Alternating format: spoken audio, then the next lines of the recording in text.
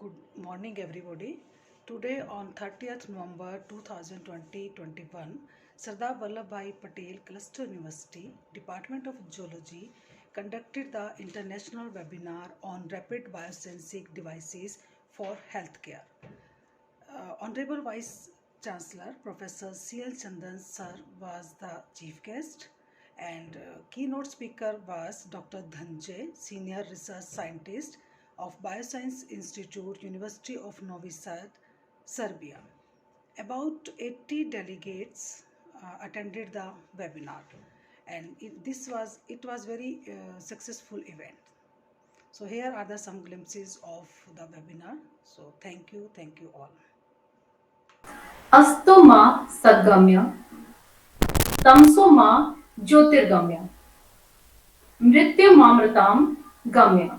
That is, led us from unreal to the real, led us from darkness to the light, from death led to the immortality. Om Shanti Shanti Shanti. Now let's begin our webinar now. Professor C.L. Chandanji, Honorable Vice Chancellor of Sardar Vallabhbhai Patel Cluster University, Mandi. Professor Chandan has completed his education from Himachal Pradesh University, Shimla, and also started his career at HPU, Shimla, as assistant professor, and thereby serving as professor for 14 years. He also held various reputed positions such as Director of Business School, Dean of Studies, Dean of Student Welfare, and President of Teacher Association. 25 PhD students and also published 30 research papers in national and international reputed journals. He has been keynote speaker in many international and national conferences, resource person in Academic Staff College Shimla, Punjab and Kurukshetra. And also he was in National Academy for Audit and Accounts. He is also founding editor of Shimla Management Journal and proudly founding Vice Chancellor of Sardar Vallabhbhai Patel Cluster University, Mandi. I must also say that it is also because of your vision that we are able to achieve the milestone of getting a second state university. Now, I humbly request Honorable Vice Chancellor Sir to address the gathering and cast light of his knowledge and wisdom upon us. Over to you, sir.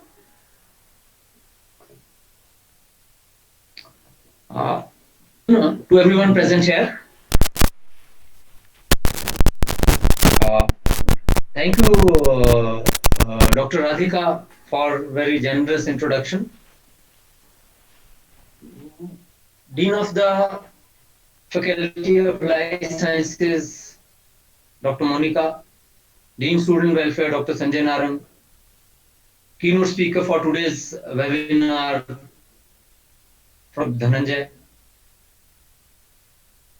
my colleagues in Sardar Patel University, and other delegates present in this webinar. I'm extremely delighted to be part of this seminar, and at the outset I would like to congratulate the Department of Zoology and Dr. Sanjay Narang, who has taken the initiative to hold this online international conference. This conference is on a very important and contemporary issue, particularly because the focus now is on healthcare and testing kits and other methodologies for detection and prevention of diseases nowadays has become very important after the advent of 19. Well, friends, as you all know that healthcare and longevity has always been an important area for research among scientists and medical professionals. There are many areas which are included in the issue relating to wellness and longevity, which include the prevention of diseases, diagnosis of diseases, and then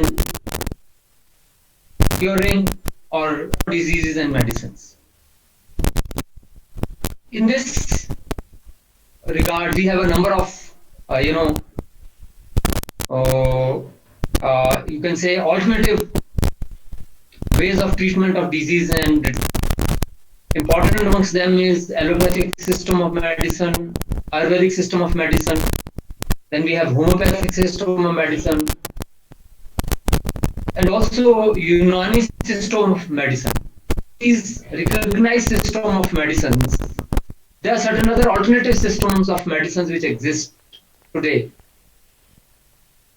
which include yogic,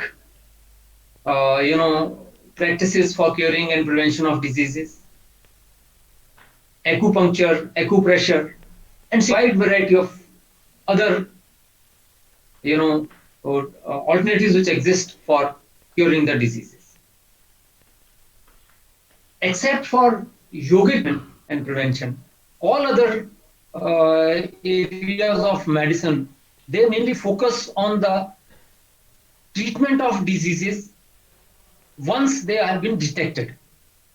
Only after that, they think of providing some medicine or doing some surgical interventions for curing those diseases. But diagnosis of diseases has always remained a big challenge for all the fields of medicine. Because the symptoms and the signs on which the detection of disease is made, they are not specific.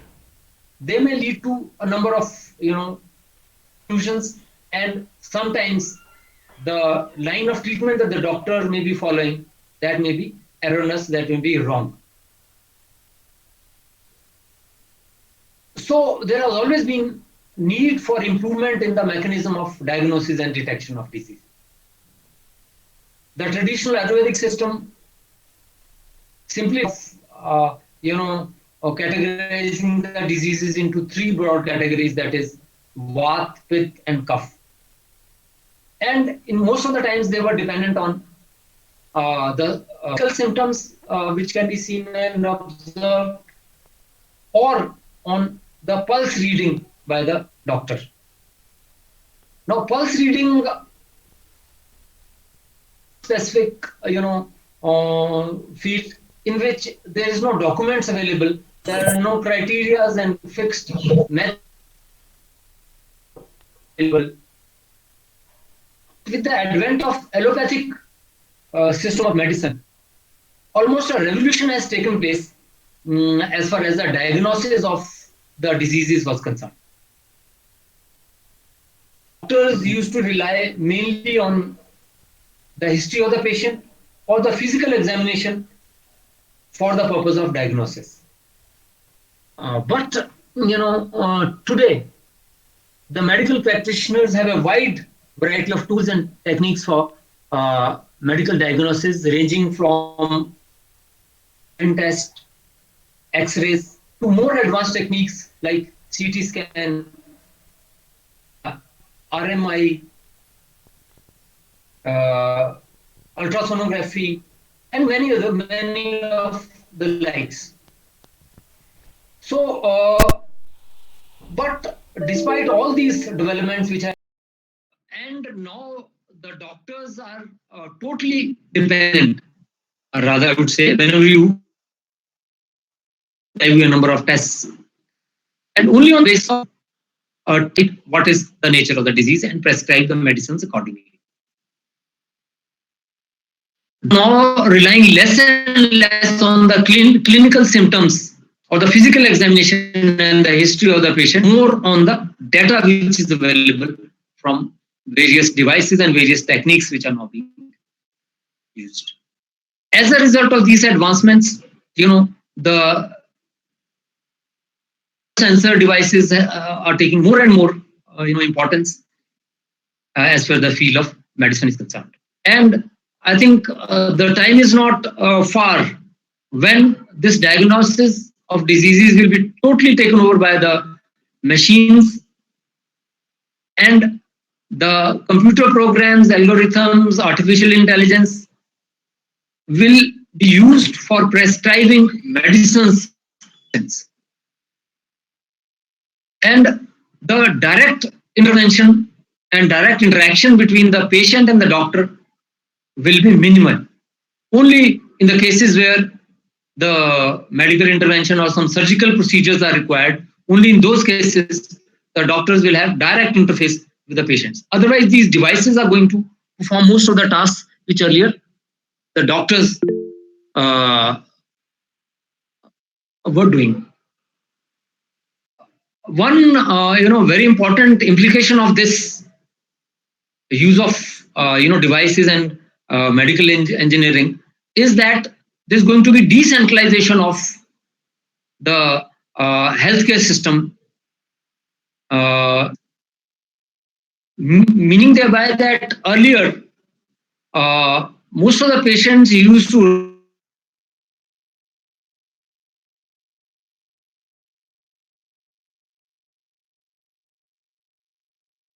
the nature of the disease, they don't know.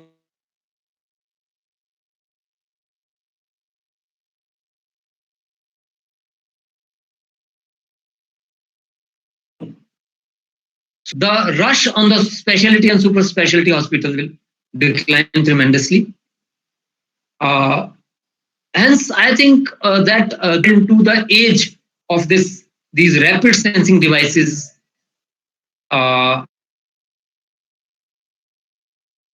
sensing devices or otherwise, but these devices have emerged, and they are this is a greenfield area where a lot of activity and excitement is going to continue in the future. Area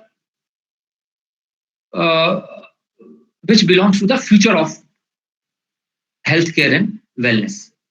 Once again, I would like to compliment the Department of Zoology and all the teachers of the department for organizing this online international webinar. Grateful to Dr. Dhananjay for taking all the pains and joining this webinar and to enrich the knowledge of all faculty and our students and all the delegates from India and from other countries. So thank you so much. Dr. Sanjay, you may now take over. It's my proud privilege to welcome Dr. Dhananjay, the senior scientist, Biosense Institute, Novi Sad, Serbia. Dr. Dhananjay research is mainly focused on the development of novel, flexible, wearable, and portable analytical sensing devices for point-of-care diagnostic, food safety, and environmental protections. Dr. Dhananjay was awarded with prestigious CAS President International Fellowship twice by Chinese Academy of Sciences, China. He was recently awarded with Young Achiever Award 2021 by the Institute of Scholars in India. He has many scholarships and awards to his credit and has delivered invited talk at global platform. He has presented his research paper at international level in the country like USA, Canada, China. Dr. Dhananjay is the reviewer of many internationally reputed journals and has one patent application in his name.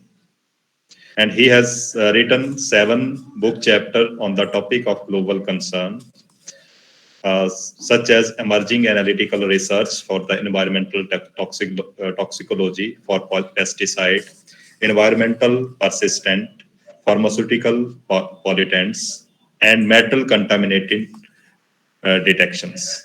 An analytical approach on chemical oxygen demand, analytical immunosensing strategy for breast cancer biomarkers, MyXin biosensing platform, and microbial bioelectrical system as fuel cell for energy conservation. Dr. Dhananjay also served as topic editor for Sensor and Biosensor Journal of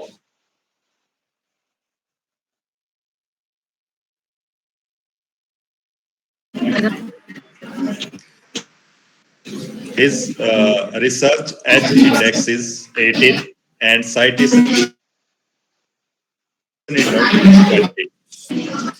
So it's my proud privilege to welcome formally Dr. Dhananjay, a senior scientist, Bioresearch, Biosense Institute, University of Novi Sad, Serbia.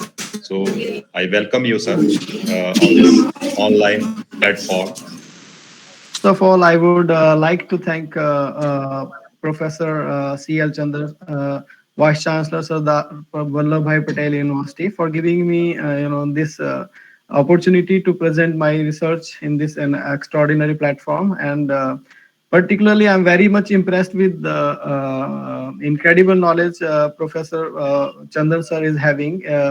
Not only in his field but wide field area, and this gives us an immense motivation to not having our knowledge in our field only, but have knowledge in wide areas, especially in upcoming areas. And this is such an incredible ability to grasp knowledge in different field. Thank you, sir, for giving us all this kind of motivation and having such a great knowledge. So I'm going to start my presentation today. Let me share the screen. Good afternoon, everyone. I am Dhananjay, currently working as senior researcher at Biosense Institute, Novi Sad University. Today, I'm going to talk about rapid sensing devices for healthcare monitoring. First of all, I will just give a little bit introduction about me and my research area. And then we'll talk about what is biosensor and what are the point of care devices. Then we will discuss about some common point of care devices which is available in the market, and we will see that how they work and what are their principles, which is not my work, but then we will just talk about that how actually these devices work. And then we'll talk about my work on electrochemical glucose biosensor, stress and mood sensor, and microneedle sensor. I did my PhD in chemistry, particularly in analytical chemistry from Jivaji University, Gwalior in 2014. After completing my PhD, I just moved to Dalian Institute of Chemical Physics, Chinese Academy of Sciences, where I worked on single enzyme nanocapsule-based, highly stable biosensing devices for detection of analyte from 2014 to 2018. And then I moved to Canada to Concordia University of Edmonton, where I worked on flexible skin-like patches, sensing devices for detection of analyte. Before my PhD, I also worked as senior research fellow in Indian Agricultural Research Institute, New Delhi, and as well as a quality control officer in Ranbaxy Laboratories Limited. I have some awards to my credit, and particularly when I was in China, I was awarded with the President International Fellowship Initiative by Chinese Academy of Sciences, which is actually the one of the competitive scholarships and equivalent to Marie Curie postdoc fellowship in Europe. I'm also acting as topic editor to the Sensors and Biosensor journals. My research interest, or you can say my research area, is actually in interdisciplinary and combination of analytical chemistry, materials chemistry, as well as the biochemistry. So it is actually the development or synthesis of materials or biomaterials to be used as sensors or biosensor for healthcare diagnostics, environmental protection, and food safety. So it includes the development of flexible, wearable, and portable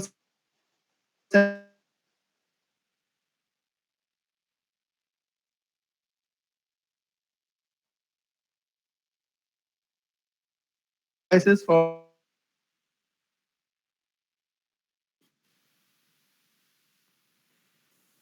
So let's talk about the biosensor. What is a biosensor? A biosensor is an analytical device which used for the detection of an analyte. Here, analyte is a word used for the chemical or compounds or a biological compound which is need to be detected. So for that, we use the term analyte. The biosensor combines a biological component and a physicochemical detector, and then this biological component can be either the enzyme or a DNA, RNA, or protein cells, etc. And it actually specifically bind or detect a particular analyte or particular chemical by using a lock and key hypothesis, just like this. And then these actually capturing this specific detection of analyte is converted to electrochemical signal by electrochemical transducers. These can be the sum of nanomaterials which are highly conductive, and then those electrochemical signals were then read out by the biosensor signal reader. It can be any device, or you can say our PC also.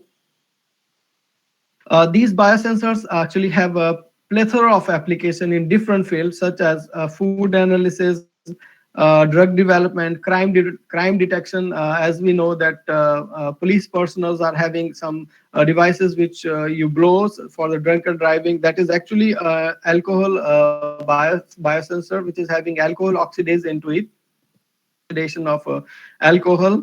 And other application like disease detection, which is one of the most recent example for COVID detection, environmental monitoring, soil detection, etc.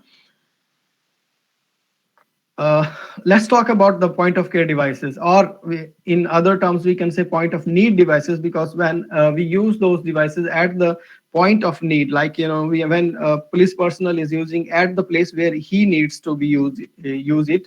Uh, that's why we call them as at point of need or point of care devices.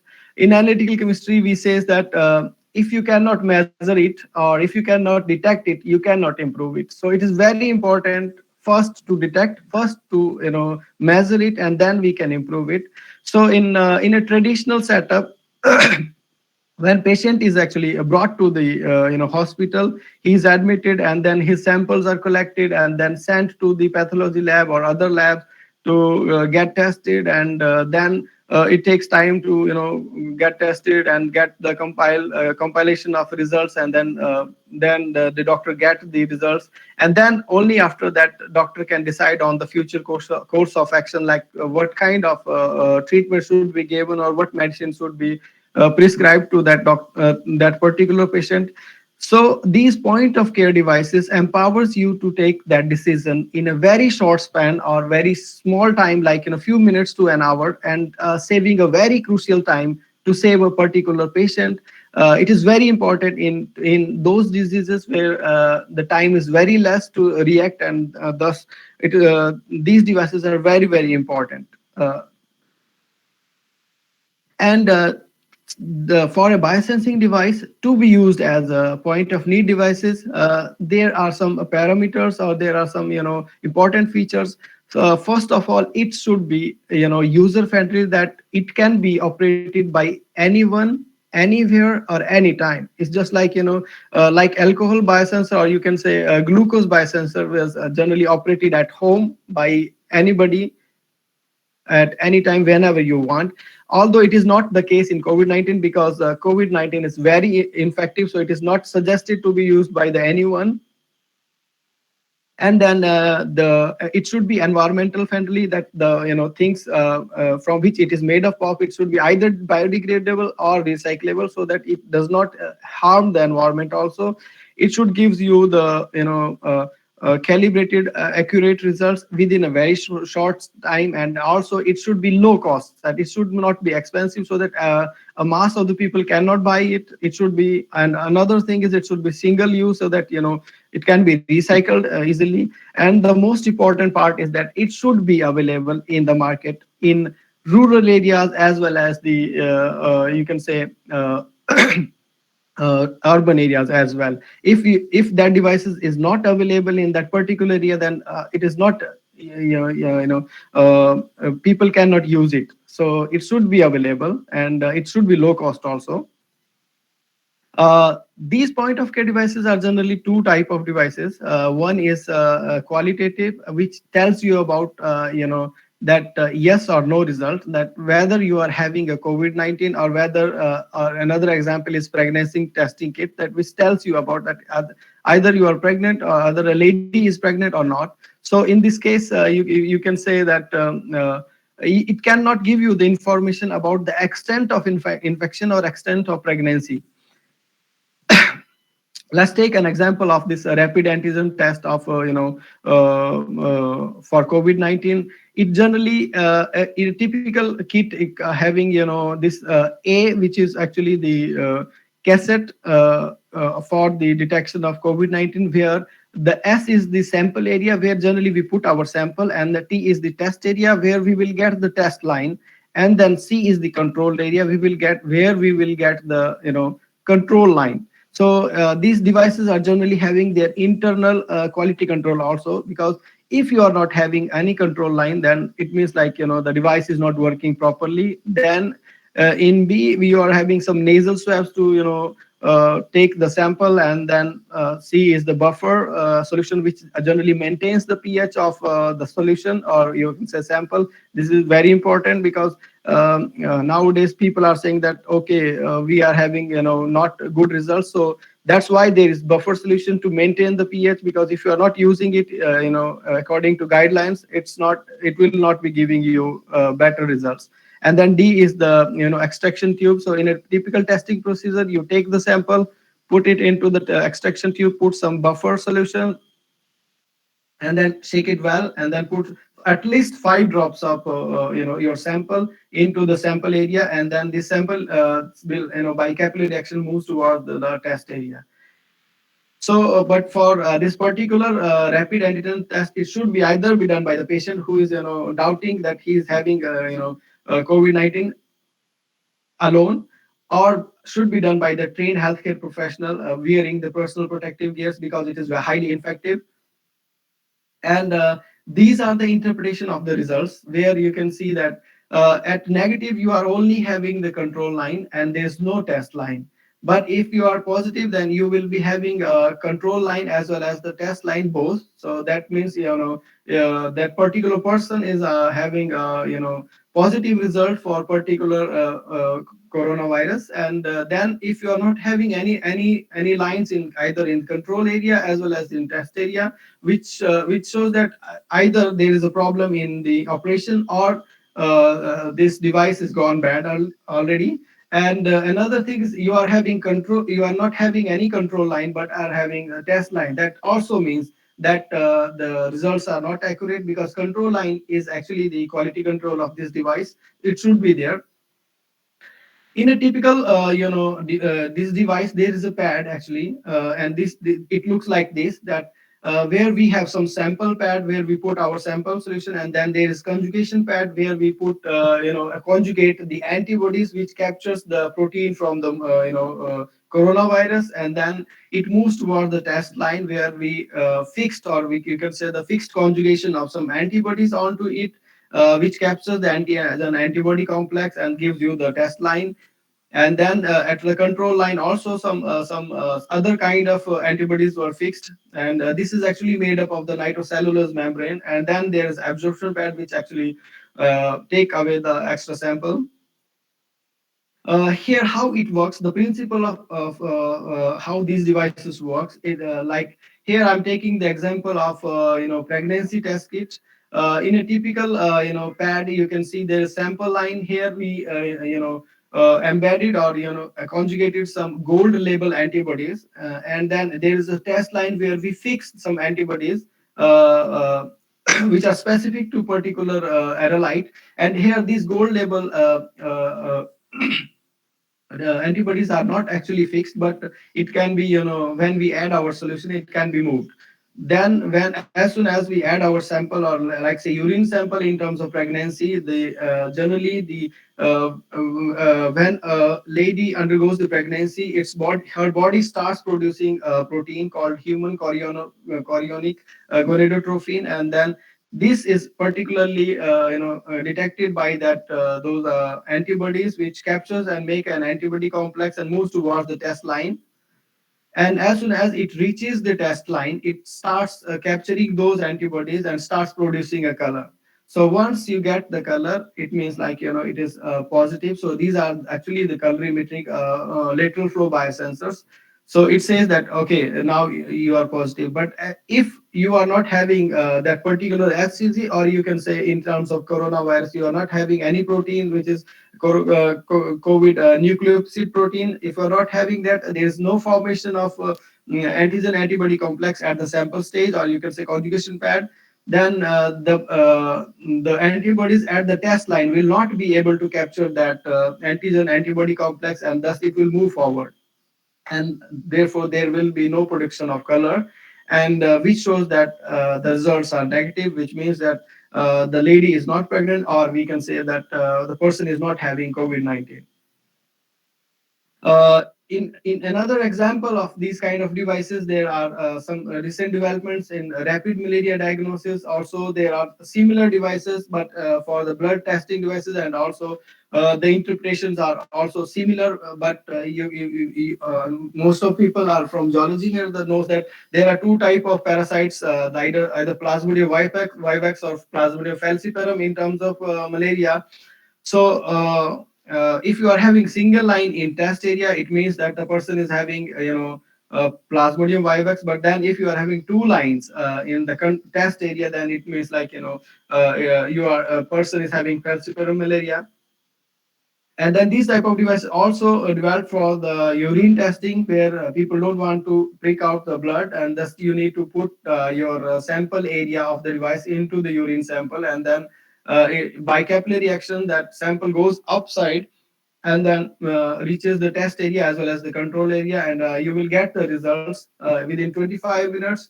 And this is very important, as we know that Plasmodium vivax is not very problematic, but in terms of this falciparum malaria, it is highly contagious and very lethal. So it's very important to detect that as early as possible, because it is very lethal. And I know it is not very prevalent in Himachal, but if you go to the central India, like Jharkhand or Chhattisgarh, it's very prevalent, and we are seeing lot of that due to this particular malaria. So, and also these devices are not very expensive, so that it can be taken to rural area and can be used by normal person to detect that particular type of malaria.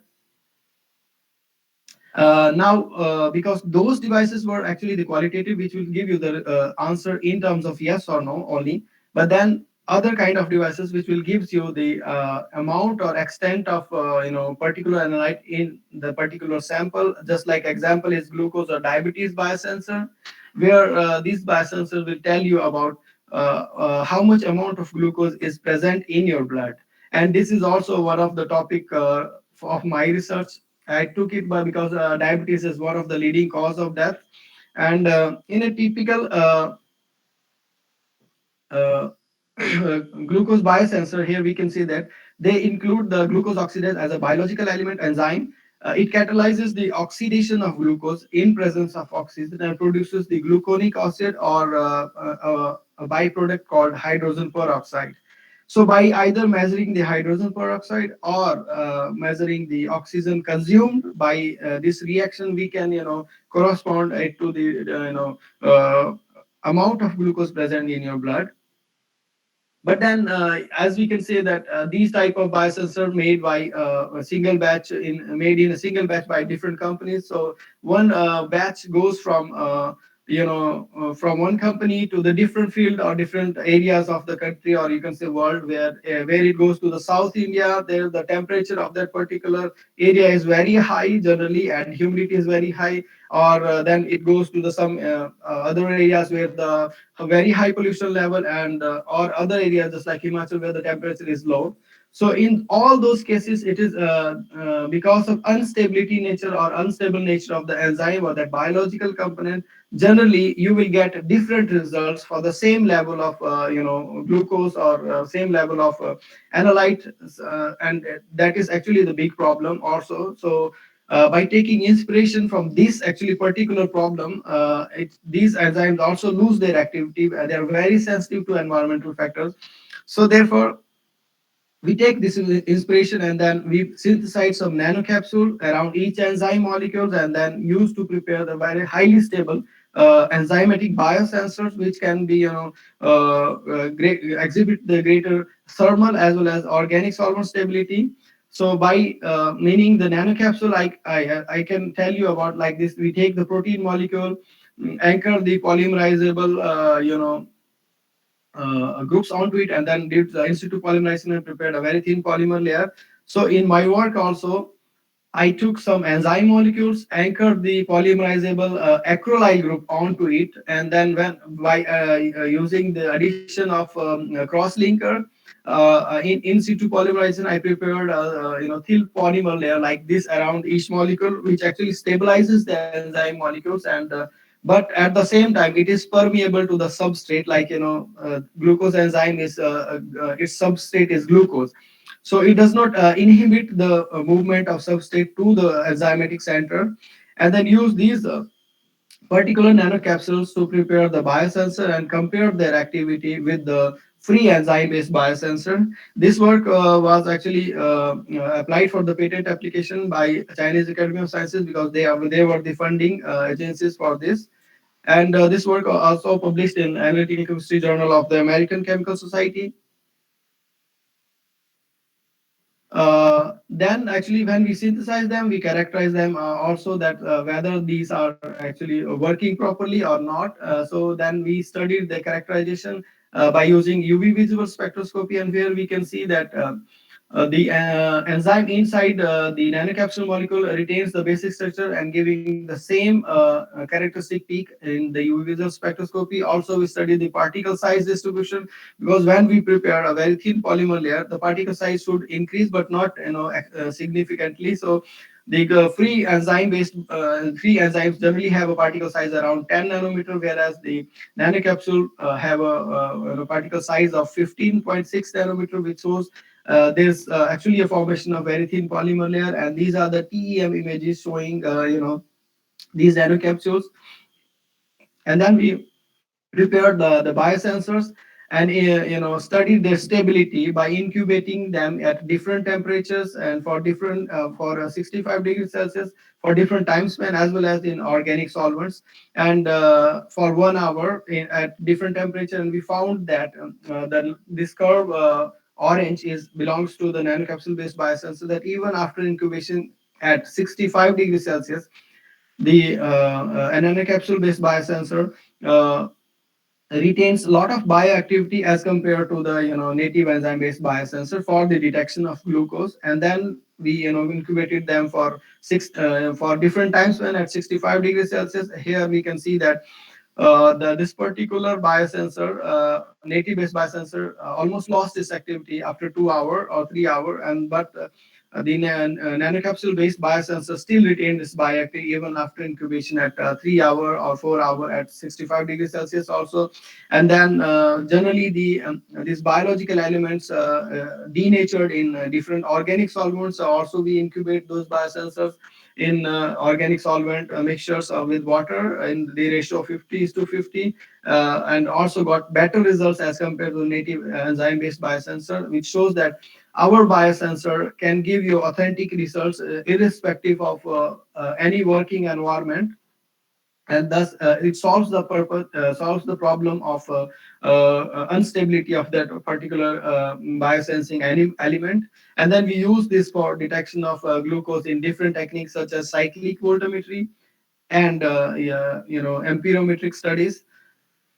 So, for a particular biosensor, a biological element which captures particular analyte, or you can say which detect particular analyte, is very important. But so is the transducer, which can convert even a small capturing moment, a small detection moment, into the electronic signal. So, we for that purpose we synthesize the cobalt oxide nanoparticle supported three-dimensional mesoporous carbon framework, and these are the TEM images showing the some cobalt oxide nanoparticle of in the range of 3 nanometer on the carbon framework. And then we used these actually nanomaterials for the preparation of biosensor. Here these are the electrochemical impedance spectroscopy for that.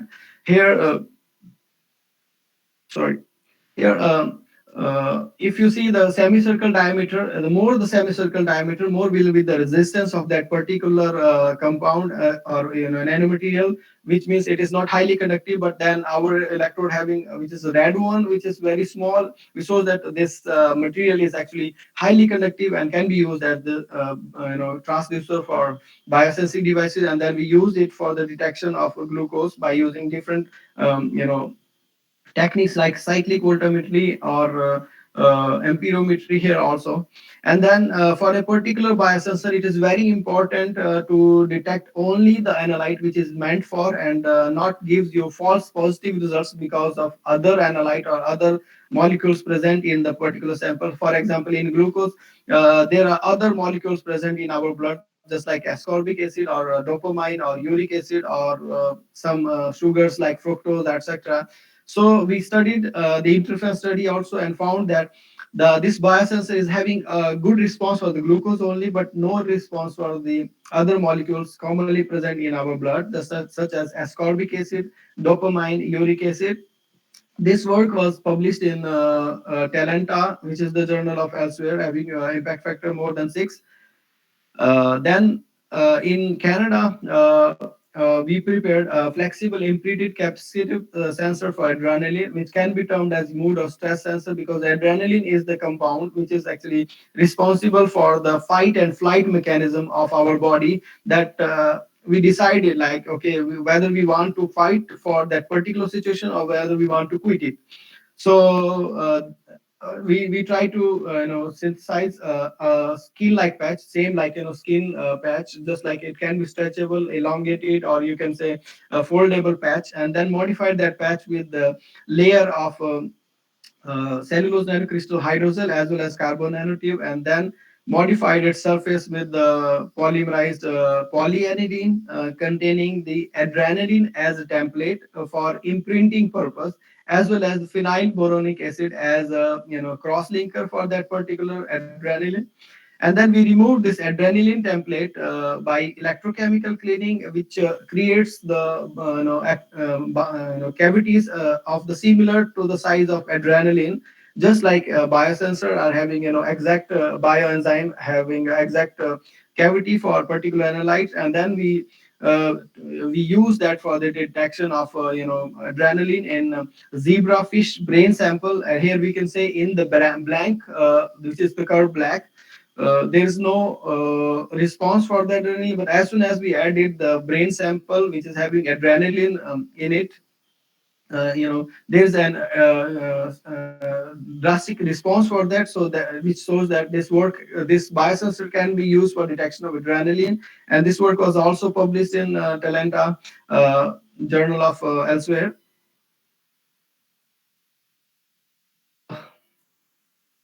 Then in Canada, again, we took some, I took some normal microneedle or needle syringes from our market, and we just, modified it, clean it, and modified its inner surface inside of that needle by the carbon nanotube layer as well as polyaniline, which are actually conductive polymer, and then used for detection of antioxidants such as gallic acid or chlorogenic acid in fruit samples.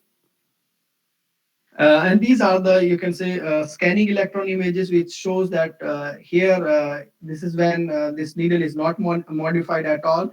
And when it is modified with carbon nanotube, these are the actually web of carbon nanotubes onto it. And then when we modified the that particular layer with the polyaniline nanomaterials, and then used it for detection of this antioxidant or polyphenolic compounds like gallic acid and chlorogenic acid simultaneously. And we also used in this particularly the multivarious regression analysis by using chemometrics, and which can help you to differentiate between the gallic acid and the chlorogenic acid in when they are in a mixture of fruit sample. This work was also published in Analytical Bioanalytical Chemistry recently. Work, we prepared a flexible sensor patch for detection of neurotransmitter dopamine, which is actually also the biomarker for Parkinson's disease. Uh, what we did actually, we take the normal transparency slide, which is generally available in the market, and then clean it and then modified it with the carbon nanotube as well as penny, and then we immobilize an enzyme molecule onto it called tyrosine enzyme, which is specific for the phenolic compounds, and then use it for the detection of dopamine. And these are the cyclic voltammetry curves, where the blue curve, is used as the unstressed brain samples of the zebra fish here also again. So there is a less amount of dopamine in that, but as well, as soon as we give the stress to the zebra fish, their brain secretes more and more dopamine, and that is actually particularly detected by our biosensor, the curve red, which is their drastic change in current. This work was also published in Chemistry Select journal. One of my review paper on advances in sensing and biosensing for bisphenol was actually published as the cover page of Analytica Chemica Acta journal. I have collaboration all around the world, in Canada, in China, in King Abdullah University of Science and Technology, then in Bulgaria and University of California also. In future direction, wherever I establish my lab, I would like to develop some face mask sensor for breath sensing, because there are two type of breathe generally: either exhaled breathe, which is actually having some gases just like acetone, nitric oxide, carbon monoxide, ammonia, or hydrogen sulfide. These amount of these gases when we exhale is actually generally defined for a healthy person, and change in these gases will tell you work as a as disease biomarker. And then there are some exhale breathe condensate also, which is actually disease biomarker, or antibiotics, or you can say virus, bacteria, or illicit drugs. For example, alcohol in your for alcohol oxidase sensing devices. Then I would like to also develop a wearable textile sensor patch for sweat monitoring. But in very recent future, I'm going to work on, or I'm going to develop this device, like three-dimensional printed polydimethyl siloxane skin patch for metabolite screening in our sweat, which can be actually, these patch can be worn, and you will get the results in your mobile phone. And for the detection of like lactate, glucose, or adrenaline. Another big problem in our society is now the illicit drugs. There are a lot of abuse, drugs abuse is happening all around the world. Specifically in Himachal Pradesh nowadays, we are seeing the cannabis and another this chemical cheetah, which is actually amphetamines, and drugs. So it is very important to develop such kind of portable or devices or sensors which can be used at the spot, in and to detect those particular powders, or we can say particular drugs. So here also we will I will be using the new generation magazine carbides, actually, which are called metal carbides, very recently discovered, to prepare the flexible paper-based devices, disposable one, to be used at a particular site, and so that we can control these illicit drugs abuse, because this is not good for the society. And then for to develop a particular device at the lab scale is very important, but not that important that it should reach the society. So the major work will be like commercialization of the society, or even transfer of technology to the society. I'm currently acting as the topic editor of a biosensor journal, which is actually having impact factor of 5.5, and also the sensor journal having impact factor of 3.5. I request all of you guys, if you would like to submit your research papers to these journals. Again, I would like to thank Professor C.L. Chandan, sir, Vice Chancellor of the Sardar Vallabhbhai Patel Cluster University, for giving me such an incredible platform, or inviting me and giving me, opportunity to present my research here. My collaborators, my funding agencies, and some of my students, and also Dr. Sanjay Narang, sir, and organizers of this conference and international webinar, and also giving me, such a great opportunity to present and talk with you guys. Uh, Thank you all. Thank you, Dr. Dhananjay, for gracing today's webinar. The presentation is indeed brainstorming and fruitful. We are enlightened with your knowledge and your presence, and looking forward for such more webinars. Thank you once again, sir. Now, I would like to call upon our worthy Dean of Life Sciences and HOD of Zoology Department, Dr. Monica Panchani, to propose vote of thanks. Thank you, Dr. Radhika. Honorable Vice Chancellor Professor C.L. Chandan sir, DSW Dr. Sanjay Naranji, Keynote Speaker Dr. Dhanjay, Senior Research Scientist, Bioscience Institute, University of Novi Sad, Serbia, HODs of different departments, all the dignitaries present in today's webinar, was and dear students. It is my privilege to propose a vote of thanks and acknowledge the contribution of those who worked hard to make this webinar a success. We are living in a time of rapid growth of technology and innovation. Ago, people probably didn't think that they could talk to human without being in the same physical space. I'm talking about of the mobile phone. So 50 years ago, we probably couldn't imagine using those same devices without a code, codeless mobile, etc. So likewise, we could not imagine of our body wearable sensors and smartwatches, etc. But today, with the development and advancement in artificial intelligence and other computational, everything can be possible. As it is well said, that technology shapes society and society shapes technology. So at the same time, you can't solve a problem on the same level that it was created. You have to rise above it to the next level. So this is the words of the Albert Einstein. So this is how we progress while finding the solution to a problem. So now I would like to pay vote of thanks on the behalf of Department of Geology, Sardar Vallabhbhai Patel Cluster University, Mandi. I would like to express my sincere gratitude to our chief guest, Honorable Vice Chancellor, Professor C.H. Chandan sir, for being a constant motivator and guiding force in all our endeavors to excel in the field of education.